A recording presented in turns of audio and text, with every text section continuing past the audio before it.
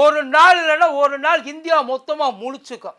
ஆனால் என்னைக்கு இந்தியா முழிச்சுக்குதோ அன்னைக்கு உன்னைய ஒழிச்சு விடுவாங்க. விரட்டி விரட்டி வெறிநாய் அடிக்கிற மாதிரி அடித்து நம்மளை துரத்துவாங்க. அப்படி உன்னைய துரத்துறப்போ உன்னால் ஒன்றுமே பண்ண முடியாதப்போ இதை திறந்து பாருப்பா, இது உனக்கு உதவும் அப்படின்னு அவங்க வாங்கி தயார் பண்ண பெட்டி தான். கரெக்டாக சொல்லுங்க, அது என்ன பெட்டின்னு கரெக்டாக சொல்லுங்க பாப்பா. அதே தான் இவிஎம். எனக்கு ஏவிஎம் மேலே பயங்கர நம்பிக்கை, ஜிவிஎம் மேலே கூட எனக்கு இன்னும் நம்பிக்கை இருக்குது. ஆனால் ஏன் இந்த இவிஎம் மேலே மட்டும் இன்னும் நம்பிக்கை வர மாட்டேங்குது? எனக்கு நம்பிக்கை இல்லைன்னா பரவாயில்ல, சுப்ரீம் கோர்ட்டு சொல்லியிருக்கு. என்ன சொல்லியிருக்கு? ஒழுங்கு மரியாதையாக இந்த வேலையை நீ பார்க்குற. அவங்க சுப்ரீம் கோர்ட்டு எலெக்ஷன் கமிஷனுக்கு சொன்னது மிளகா பொடி எடுத்து எல்லா இடத்துலையும் தடவுன மாதிரி ஐயோ எரியுதே ஐயோ எரியுதுன்னு எலெக்ஷன் கமிஷன் உட்காந்து இப்போ அலறிக்கிட்டு இருக்கு. அப்படி சுப்ரீம் கோர்ட் என்ன மிளகா பொடி எடுத்து தடவுச்சு பார்த்துருவோமா? வாட்ஸ்அப் வழியாக இங்கிலீஷ் கஃபே மூலம் உங்களுடைய ஓய்வு நேரத்தில் ஆங்கிலம் கற்கலாம். மேலும் விவரங்களுக்கு 7418809324 இந்த நம்பருக்கு வாட்ஸ்அப் பண்ணுங்க.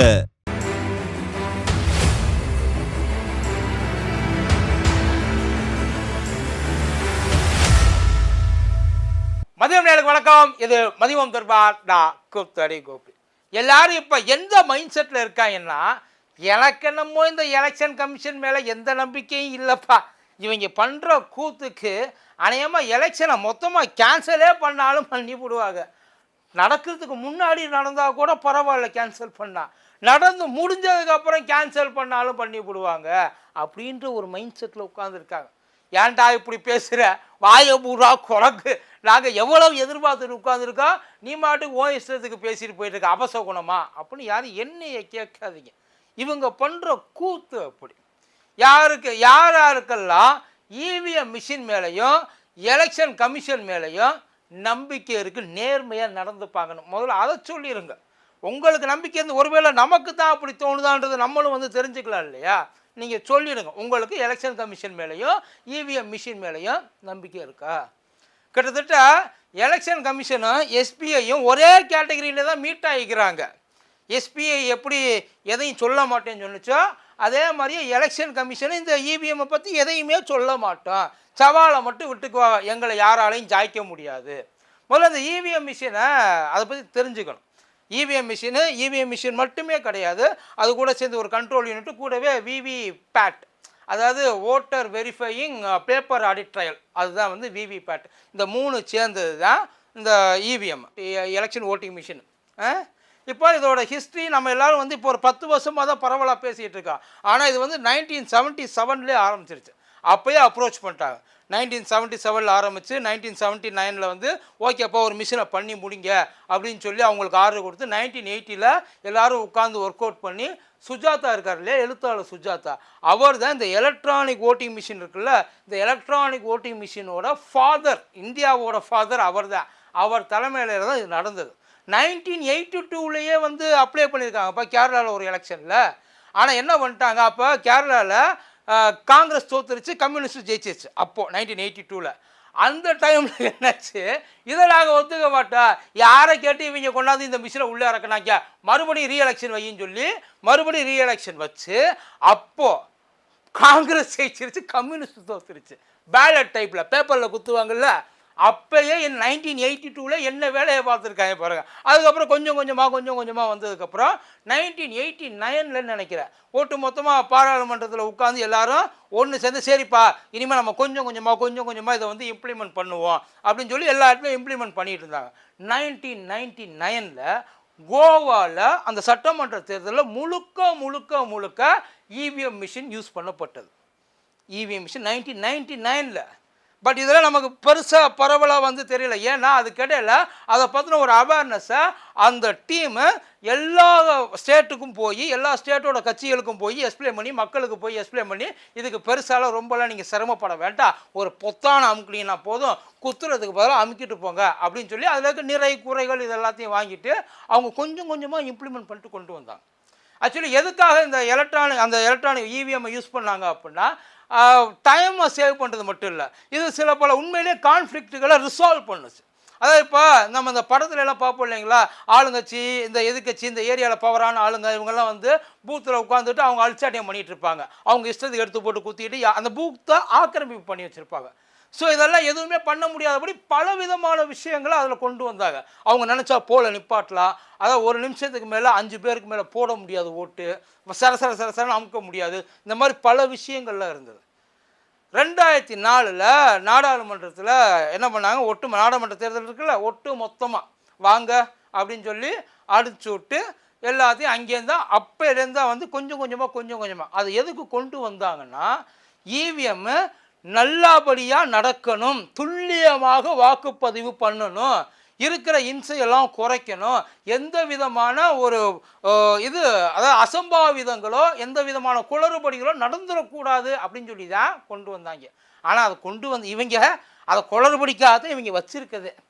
இதில் இந்த எலெக்ஷன் கமிஷன் என்ன சொல்லும் அப்படின்னா, எங்கள் இந்த இவிஎம் மிஷினை எவனாலையும் எதையுமே வந்து ஹேக் பண்ண முடியாது, நாங்கள் அந்த அளவுக்கு வந்து பயங்கரமாக இதில் ஒர்க் பண்ணியிருக்கோம். ஏன்னா இதில் ப்ளூடூத் கிடையாது, ஒய்ஃபை கிடையாது, இன்ஃப்ராரெட்டு கூட கிடையாது.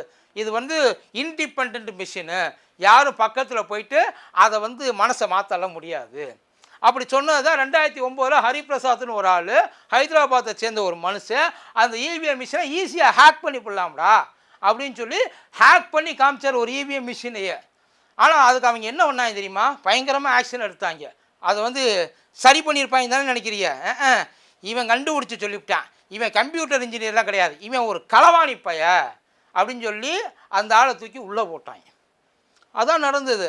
ஆனால் அதே மனுஷன் 2010 மறுபடியும் போயிட்டு கம்ப்யூட்டர் ஜீனியஸ்ன்னு சொல்லிட்டு ஒரு பெரிய அவார்டு வாங்கினார் அமெரிக்காவில். அதையும் நம்ம ஊராங்கி எழுதாங்க. அதான் இவர் களவாணி பையனும் எழுதுனதும் நம்ம ஊராங்கி தான், அவர் கம்ப்யூட்டர் ஜீனியஸ்ன்னு எழுதுனதும் நம்ம ஆளுங்க தான். இதில் எதுப்பா உண்மை? ஏதாச்சும் ஒன்று தானே உண்மையாக இருக்கணும்.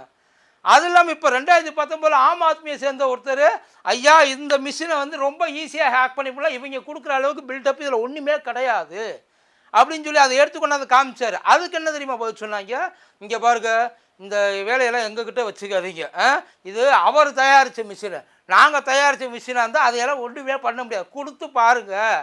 ஆனால் கொடுக்கும்போதே அவங்க என்ன பண்ணுவாங்களாம், கிட்டத்தட்ட கையை கட்டி காலை கட்டி கண்ணை கட்டி இப்போ முடிஞ்சா பண்ணுறா பாப்பா அப்படின்ற அளவுக்கு ஏகப்பட்ட ரெஸ்ட்ரிக்ஷன் கொடுத்துருப்பாளாம்.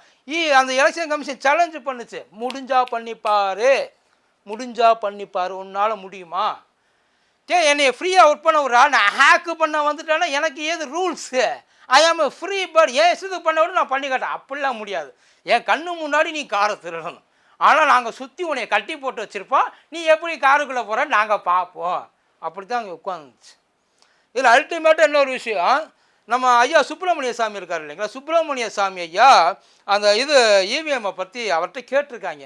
கேட்டதுக்கு, இதை தயாரித்தா நம்மளை பார்த்து சிரிக்கிறாயா, ஏன்டா உங்கள் ஊரில் இதை யூஸ் பண்ண மாட்டேங்கிறியோ, எங்களுக்கு எடுத்து கொடுக்குறீங்க. நான் கேட்டதுக்கு, நாங்கள் லூசு போயலா, இதெல்லாம் ஈஸியாக ஹேக் பண்ணிடலாம்டா, உங்கள் ஊராங்க தான் ஏதோ ஒரு வேலைக்கு அதை வாங்கிட்டு போகிறாங்க அப்படின்ற மாதிரியே அந்த ஊருக்காரங்க அதை பேசியிருக்காங்கலாம். இது அப்படியே அவர் ஓப்பன் சொல்ல, இது ஈஸியாக ஹேக் பண்ணக்கூடிய ஒரு விஷயம். அதாவது ஹேக் பண்ணுறதுன்றாங்கல்ல, இதை வெளியிலேருந்து யாரும் ஹேக் பண்ணுறது இல்லையா, உள்ள அவங்களே ஹேக் பண்ணி தான் அனுப்பிச்சிருக்காங்க. ஏன்னா அந்த மிஷினை கொடுத்ததுக்கு போட்ட இடத்துல விழுகணும். என் ஓட்டு போட்டால் என் ஓட்டு எங்கே போகணும் நான் தானே முடிவு பண்ணணும். போடுற இடத்துல மட்டும் போட்டு விழுகிற இடத்துல அது வேற ஒரு இடத்துக்கு போயிடுச்சுன்னா இவங்க செட் பண்ணி வச்சுருக்கதே அந்த மாதிரி தானே பல நேரங்களில் கதறாங்க கடந்து. இன்னும் சொல்லப்போனால் எங்களுக்கு இந்த சிஸ்டமே வேணாம், பேலன்ஸ் சிஸ்டம் கொடுங்க, நாங்களே போயிட்டு நாங்களே குத்திக்கிறோம், பேப்பர் சிஸ்டம் கொண்டு வாங்க. இந்த சிஸ்டமில் அதை திருடுறவனுக்கு தான் டெக்னாலஜியை பற்றி பயங்கரமாக தெரியும், என்னென்ன வேலையில் டெக்னாலஜிகளை எப்படிலாம் திருடலாம் அப்படின்றது, ஏமாற்றலாம் அப்படின்றது இவங்ககிட்ட இருந்தால் கற்றுக்கணும். இவிஎம்ன்றது எலக்ட்ரானிக் ஓட்டிங் மிஷினில் ஏமாற்றி ஓட்டு வாங்கும் மிஷின், அதுதான் இவிஎம், வேறு எதுவும் கிடையாது. அதுலேயும் அந்த இவிஎம் உள்ள அந்த இன்னொன்று இந்த விவிபேட் சொன்னல, அதுதான் முக்கியமான ரோல். இப்போ பிரச்சனையே அங்கே தான் வந்து நிற்கிது. 2 நீதிபதிகள் கேட்டிருக்காங்க, ஏப்பா இப்படி பண்ணுறீங்க, இதையும் சேர்த்து என்ன வேண்டியதானே. இப்போ ஒரு தொகுதி இருக்குன்னு வைங்கள, ஒரு தொகுதியில் ஒரு 200-300 பூத் இருக்குன்னு வச்சுங்க, ஒரு அசம்பிளியில். அந்த அசம்பிளி 200-300 பூத்தில் நியாயமாக பார்த்தா அப்புறம் எதுக்கு அந்த மிஷினை வாங்கி நீ வச்சுருக்க? முதல்ல எல்லா மிஷினையும் வாங்கி எல்லா மிஷினும் ஒர்க்காக தான் பார்க்கறதுக்காக தானே வாங்கி வச்சுருக்க. இல்லை அவன் வாங்கிட்டான் பாவம், அவன் குடும்பம் நல்லா இருக்கணும்னு சொல்லிட்டு அவன் பண்ணிவிட்டான், நம்ம கொடுக்கலாம் அவன் குடும்பத்தோட தற்கொலை பண்ணிக்கலாம்னு சொல்லி மொத்தமாக வாங்கி வச்சுக்கலாம். கிட்டத்தட்ட ஒரு 18 லட்சம் மிஷின் வாங்கி வச்சுருக்காங்களா சார்? நமக்கு ஓவரால் இந்தியாவிலேயே 11 லட்சம் பூத்து தான் இருக்கான். ஒட்டுமொத்த இந்தியாவிலே இந்த எலெக்ஷனுக்காக அந்த இதுக்காக நாடாளுமன்ற தேர்தலுக்காக 11 லட்சம் பூத்துக்கு 18 லட்சம் வாங்கி வச்சுருக்காங்க. 18 லட்சத்தில் எவ்வளோ யூஸ் பண்ணுவாங்கன்னு நினைக்கிறீங்க அந்த விவிபேட்டை? 18 லட்சத்தில் இவங்க லாஸ்ட்டு 2019 யூஸ் பண்ணது 20,000 மிஷின் தான் யூஸ் பண்ணியிருக்காங்களாம். 20,000 மிஷினு.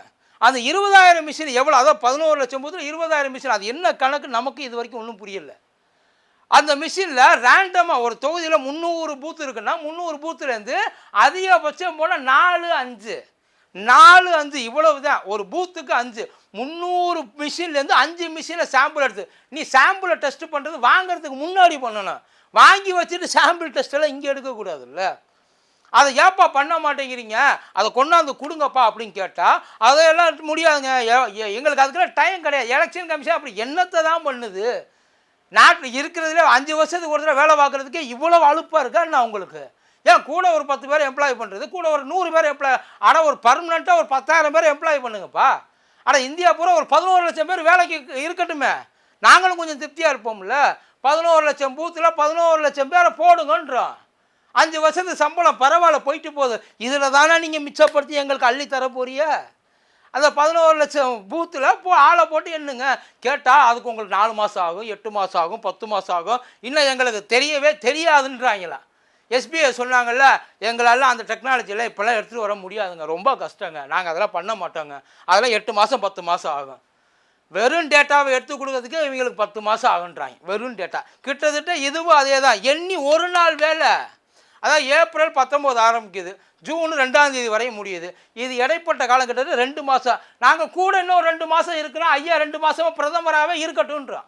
ஐயா 2 மாதமும் பிரதமராக இருக்கட்டும், இதை கணக்கு பண்ணி கொடுங்க. இப்போ ஏன் அந்த விவிபேட்டுக்கு கொண்டு வந்து கொடுக்குறாங்கன்னா, விவிபேட்டுக்கும் இவிஎம்முக்கும் இது வந்து 2 கிராஸ் செக்கிங்காக தான் விவிபேட்டே வச்சது. அதாவது நான் இப்போ ஒரு 500 மார்க்குக்கு நான் எழுதுறேன்னு வைங்களேன், மாஸ்டர் எனக்கு மார்க்கு போடுறாரு. மாஸ்டர் மார்க் போடுறப்ப 500க்கு 400 போடலாம், 500க்கு 500 போடலாம், 500க்கு 600 போட முடியுமா? விவிபேட்டு கணக்கு அப்படி தான் ரிசல்ட் வருது. கேட்டால் மிஷினில் மால் ஃபங்க்ஷனிங் ஆகிடுச்சா, கிளைமேட்லாம் சேஞ்ச் ஆகுதான். எப்பட்றா கிளைமேட் சேஞ்ச் ஆகிறதுக்கு மிஷின், அது எப்படி ஆட்டோ கண்ணாடியை திருப்பினா எப்படா ஓடாமல் போகும்? வெயில் அடிக்குது, மிஷினுக்கு வேர்த்துருச்சு, அதனால டயர்டாகி தப்பாக கணக்கு கொடுத்துச்சு, அப்படி தான் சொல்ல வரீங்களா என்ன? அதாவது ஒரு தொகுதியில் ஒரு 5 லட்சம் பேர் இருக்கான்னு வைங்கள, அதில் ஓட்டு சதவீதம் ஒரு 80% வச்சுக்க, 4 லட்சம் பேர் போடுறாங்க அப்படின்னா 4 லட்சம் இங்கே குத்திருந்தா, இந்த 4 லட்சம் கணக்கு இங்கே வந்தால் விவிபேட்டில் என்ன ஆகும் பார்த்தீங்கன்னா, 4 லட்சம் பேர் யார் யாருக்கு என்னென்ன சின்னத்துக்கு எவ்வளோ போட்டாங்க, யார் யாருன்ற கணக்கு வராது. இவ்வளோ பேர் இவ்வளோ சின்னத்துக்கு போட்டிருக்காங்க, இவ்வளோ பேர் வாக்குப்பதிவு ஆயிருக்கு அப்படின்னு சொல்லி தனியாக பேப்பர் ஸ்லிப்பில் வந்து அது கட்டாயி உள்ளே விழுகும். அதுதான் விவிபேட்டோட வேலை. அந்த விவிபேட்டை எதுக்கு வச்சாங்கன்னா, நம்மளும் கடந்து கதறினாங்க, ஐயா எங்களுக்கு தெரியலை, நாங்கள் போட்டது தான் இங்கே போகுதான்றது தெரியல, நாங்கள் பார்க்கணும், அதை நான் பார்க்கணும் அப்படின்னு சொல்லி அதை வாங்கி வச்சது அந்த விவிபேட்டு மிஷின். இங்கே குத்துனது அந்த 4 லட்சம் பேர் அந்த ஓட்டு கவுண்ட் வருது இல்லையா, அந்த 4 லட்சம் பேர் கவுண்ட் வந்தப்போ இந்த பக்கம் திருப்பி அந்த இதை பார்த்தா 4 லட்சத்துக்கு இது வரைக்கும் எங்கேயாவது ஏதாச்சும் ஒரு தொகுதியில் எக்ஸாக்டாக மேட்ச் ஆகிருக்குன்னு சொல்லுங்கள், விட்டுறலாம். ஒரு தொகுதியிலப்பா ஒரு பூத்தில், இந்த 11 லட்சம் பூத்தில் ஒரு பூத்தில் வந்து வித்தியாசம் இல்லாமல் விழுந்துருக்கா? மொத்தமாக ஒரு தொகுதி எடுத்துக்கிட்டீங்கன்னு அந்த தொகுதி முழுக்க ஒரு 4 லட்சம் வாக்கு போகிறப்ப சில தொகுதியில் 4,20,000 வாக்கு விழுந்திருக்கா. அது எப்படா விழுகும்? அது எப்படி முதல்ல கொண்டு போய் விழுங்க? இப்போ அது இதில் தான் போட்டு அடிச்சுக்கிறாங்க எல்லாரும். அதாவது இந்த மிஷினை கொண்டு வந்தது துல்லியமாக ஒரு கணக்கை கொடுக்கத்தான், எந்த தொந்தரவும் இல்லாமல் வர்றதுக்கு தான், யாருக்கு எந்த சந்தேகமும் வந்துடக்கூடாதுன்னு தான். ஆனால் இந்த மிஷினை வச்சு தானே எங்களுக்கு ஏகப்பட்ட சந்தேகமே இருக்குது. அது எப்படி முதல்ல வரும்? இங்கே என்ன கணக்கு இருக்குது? 1/2 லிட்டர் பாட்டில் 1/2 லிட்டர் தானே பிடிக்கணும். 1/2 லிட்டர் பாட்டில் எப்படா 3 லிட்டர் வரும்? 1/2 லிட்டர் பாட்டில் ஊற்றும் போது கரெக்டாக இருக்குது, எடுக்கும் போது கம்மியாக இருக்குது. அந்த கணக்கு தான் அவங்க உட்காந்து எல்லாரும் கேட்டுக்கிட்டு இருக்காங்க. இந்த லட்சணத்தில் இவிஎம்மை வந்து யாராலையும் எதுவும் பண்ண முடியாது. இவிஎம் நல்லா தான் வேலை பார்க்குது, யாரும் சந்தேகப்படாதீங்க. இப்போ இந்த ஏடிஆர்னு ஒரு இது அமைப்பு இருக்குது பார்த்தீங்களா, அந்த ஏடிஆர்ன்ற அமைப்பு அவங்க தான் இந்த எலக்ட்ரல் பாண்ட் ஸ்கேமை வந்து எக்ஸ்போஸ் பண்ணாலுங்க. அவங்க கேஸு போடுறது இது வந்து ஜனநாயகத்துக்கு எதிரானது அப்படின்னு சொல்லி அவங்க தூக்கி போட்டு அடித்து இப்போ அதை வந்து வேண்டாம், இது உண்மையிலே ஜனநாயகத்துக்கு எதிரானது, இவங்க பூராமே பக்கா பிராடு போயிடுங்க அப்படின்ற மாதிரி வந்து சொல்லியிருக்காங்கன்னு வைங்கள. இப்போ அவங்க தான் மறுபடியும் இந்த விவிபேட் மிஷினை 50% என்னணும், 50% என்னணும் அப்படின்னு சொல்லி அதை தூக்கி கொண்டாந்து கொடுத்துருக்காங்க. இப்போ அதுக்கு அந்த 2 நீதிபதி அமர்வு வந்து கேட்டிருக்கு, ஏன் உங்களுக்கு என்ன வேலை? அவ்வளோ நீங்கள் சொல்கிற அளவுக்கெல்லாம் அது பெரிய கம்பசூத்திரம்லாம் கிடையாது. நீங்கள் தாராளமாக தூக்கி வைக்கலாம். அதிகபட்சம் போனால் 2 நாளில் நீங்கள் கொடுத்துடலாம். 2 நாள் டிலே ஆகுறது ஒன்றும் இந்தியாவுக்கு எந்த விதமான லாஸும் கிடையாது. நீங்கள் இன்னும் 5 வருஷம் பண்ண போகிறதுக்கு அது ஒன்றும் பெரிய காரியம் இல்லை. வெயிட் பண்ணலாம், நீங்கள் எங்களுக்கு பதில் சொல்லுங்கள் அப்படின்னு சொல்லி எலெக்ஷன் கமிஷனுக்கு சொல்லியிருக்கோம். இப்போ சொல்லுங்கள், இவிஎம் மேலே உங்களுக்கு எந்த அளவுக்கு நம்பிக்கை இருக்குது? எலெக்ஷன் கமிஷன் மேலே எந்த அளவுக்கு நம்பிக்கை இருக்குது? ஏன் அதை எலெக்ஷனை கேன்சல் பண்ணுவாங்க அப்படின்னு சொன்னோம்னா, மேபி அதுக்கப்புறம் ஏன்னா இப்போ சுப்ரீம் கோர்ட் இது வரைக்கும் கோர்ட்டு உள்ளுக்குள்ளே எலெக்ஷனுக்குள்ளே வந்ததில்லை. இப்போ எலெக்ஷனுக்குள்ளே வருதுன்னு வைங்கள, இதை பார்ப்பாங்கல்ல, என்னடா இது பித்தலாட்டமாக இருக்குது, இது இங்கே இருக்குது, இது இங்கே இருக்குது, எங்கேயுமே மேட்ச் ஆகலையடா, நான் கொடுத்த கணக்கு அதை வந்த கணக்கு வேறு போன கணக்கு வேறு, ஏடா இப்படி போலி கணக்காக எழுதி வச்சுருக்கிய, இதை மொத்தமாக முடிங்க. அதே மாதிரி அவங்களுக்கு இன்னும் சில டவுட்டு வரும். இந்த எலெக்ஷன் மட்டும்தான் இப்படி நடக்குதா, இல்லை இதுக்கு முன்னாடி வந்த எலெக்ஷன்லாம் இப்படித்தான் நடந்திருக்கா அப்படின்றதெல்லாம் கேட்பாங்க. வேறு எதுவும் இல்லை. அதான் இது ரெண்டும் மேட்ச் ஆகி ஐயா இது எல்லாமே ஒரிஜினலாக தான் இருக்குது, யாருக்கும் எந்த பிரச்சனையும் இல்லை, மக்கள் எல்லாம் உண்மையிலே விரும்பி இவங்களுக்கு தான் ஓட்டு போட்டுருங்க. அது யாராக வேணாலும் இருக்கட்டும், அது ஐயா மோடியாக இருக்கட்டும், இல்லை ஐயா ராகுலாக இருக்கட்டும், யார் மம்தா பானர்ஜியாக இருக்கட்டும், யார் வேணாலும் இருக்கட்டும், ஆனால் இவங்களுக்கு தான் போட்டுருங்க அப்படின்னு சொல்லி ஓப்பனாக எடுத்து கொடுத்து அந்த டிரான்ஸ்பரன்சி இருந்துட்டா யாருக்கு எந்த பிரச்சனையுமே கிடையாது இல்லை. அப்போ ஏற்றுக்கலாம்ல. அப்போ யாரும் போங்கடா இத்தனை நாளாக நீங்கள் சொல்லிகிட்டு இருந்ததெல்லாம் சும்மா எங்கள் ஐயாவோட பெருமையை உங்களால் தாங்கிக்க முடியலை அப்படின்னு வேணால் சொல்லியிருந்துருக்கலாம்ல. அப்படி பண்ணுறதுக்கு அதை ஏன் என்ன அதை விட வேறு என்ன பெரிய வேலை நீங்கள் தோண்டிக்கிட்டு இருக்கீங்கன்னு கேட்குறாங்க எல்லாரும். இப்போ அதுதான் எலெக்ஷன் கமிஷன் வேறு என்ன வேலை பார்க்குது? 5000 கோடி ரூபாய் சில 5000 கோடி சும்மா இப்போ ஒன்றும் இல்லை. இப்போ அந்த எலெக்ஷன் கமிஷனை இப்போ ஒருத்தர் அரெஸ்ட் பண்ணாங்க, 2009 ஒருத்தர் அரெஸ்ட் பண்ணான்னு சொன்னல, 2016 2019 கிட்டத்தட்ட ஒரு 19 லட்சம் இவிஎம், அந்த இவிஎம் மிஷினும் விவிபேட் மிஷினும் ரெண்டில் ஏதோ ஒன்று காணா போச்சு. அது இது வரைக்கும் எங்கே போச்சுன்னு தெரியல. அவ்வளோ பெரிய இதை எங்கடா தூக்கி கொண்டு வச்சுருப்பாங்க, யார் ஒழிச்சு வச்சுருப்பா, எவ்வளோ தூரம் ஒழிச்சு வச்சுருப்பாங்க, யோசிச்சு பாருங்களேன். ஸோ இப்போ இதில் இவ்வளோ சிக்கல் இருக்குது. இந்த சிக்கலுக்கு நடுவில் தான் நம்ம சிக்கலை தீர்ப்பாங்கன்னு சொல்லிட்டு இந்த சிக்கலுக்குள்ளே நம்ம உள்ளே போய் விழுந்துக்கிட்டு இருக்கோம். உண்மையில இது நம்மளை சிக்கலை தீர்க்குமா இல்லை மேற்கொண்டு சிக்கலை இழுத்து விடுமா? இவிஎம்மை யார் யார் எந்த அளவுக்கு நம்புறீங்க? இதுக்கு ஒரு முடிவு வேணுமா வேணாமா அதை நீங்களே சொல்லிடுங்க.